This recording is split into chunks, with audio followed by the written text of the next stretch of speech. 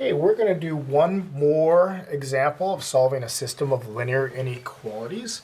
Again, when we solve a system of linear inequalities, we're looking to graph both inequalities, and coordinates that would be solutions to the system would be coordinates that satisfy both linear inequalities. So I'm going to start by graphing my first inequality, and it's in slope-intercept form. So I can identify quickly that my y-intercept is going to be -4, and that my slope from that coordinate is 2. So from that point, I'm going to come up 2 and over 1.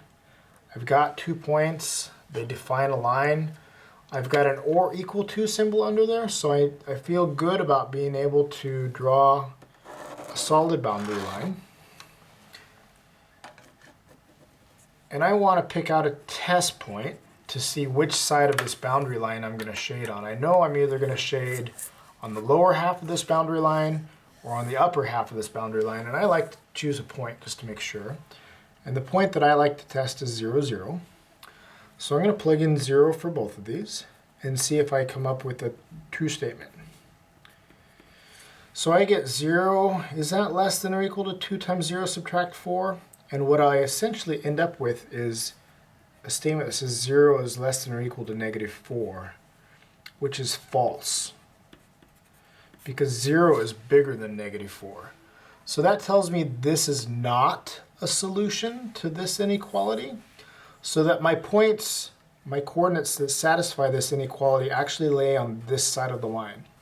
And again, I'm going to draw arrows pointing to the part of the coordinate plane that would involve my solutions instead of doing the shading now.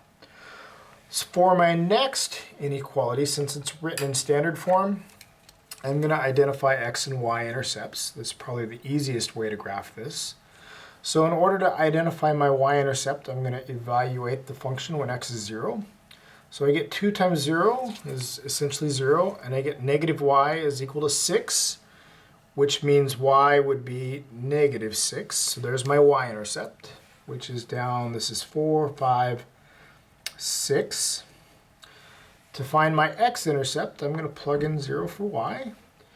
This essentially becomes 0, and I get 2x equals 6, and my x-intercept would be 3.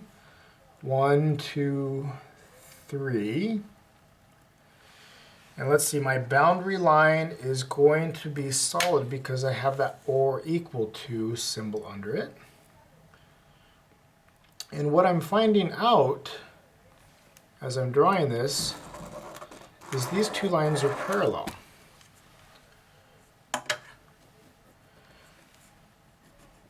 Now again, I want to identify a test point for this line. I'm going to plug in 0, 0, and 2 times 0 is 0, subtract 0, is that smaller than 6? And the answer is yes, that's true. So 0, 0 is part of my solution set for this second line. So the solutions for this second line lie above it. Well, again, I'm looking for overlap in my two inequalities. And it appears like the overlap is going to be in between these two parallel lines, because these coordinates in between the two parallel lines are coordinates that satisfy both this inequality and this inequality. So I can feel good about shading in between. Now, if I end up with parallel lines where the arrows point in opposite directions, it is possible to end up with a system where there are no solutions. Just like when we solve systems of linear equations, if the lines were parallel and they never intersected, there was no solutions.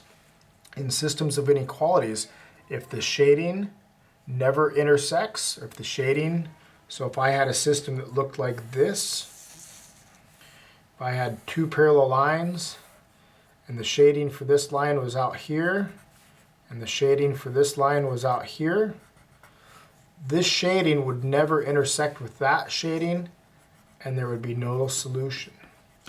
So you have to be very, very careful with identifying where you would shade.